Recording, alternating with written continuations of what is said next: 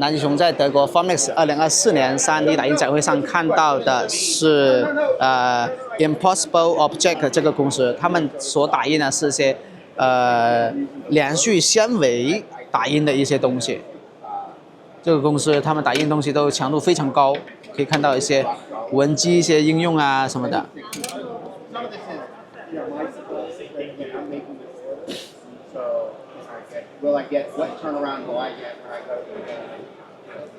你看他们的一些碳纤啊、玻璃纤维啊、PEK 啊，各种各样的材料都可以打印。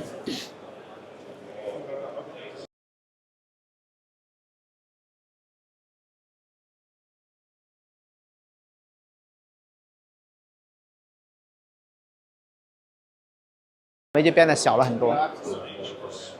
对，可以开看这个。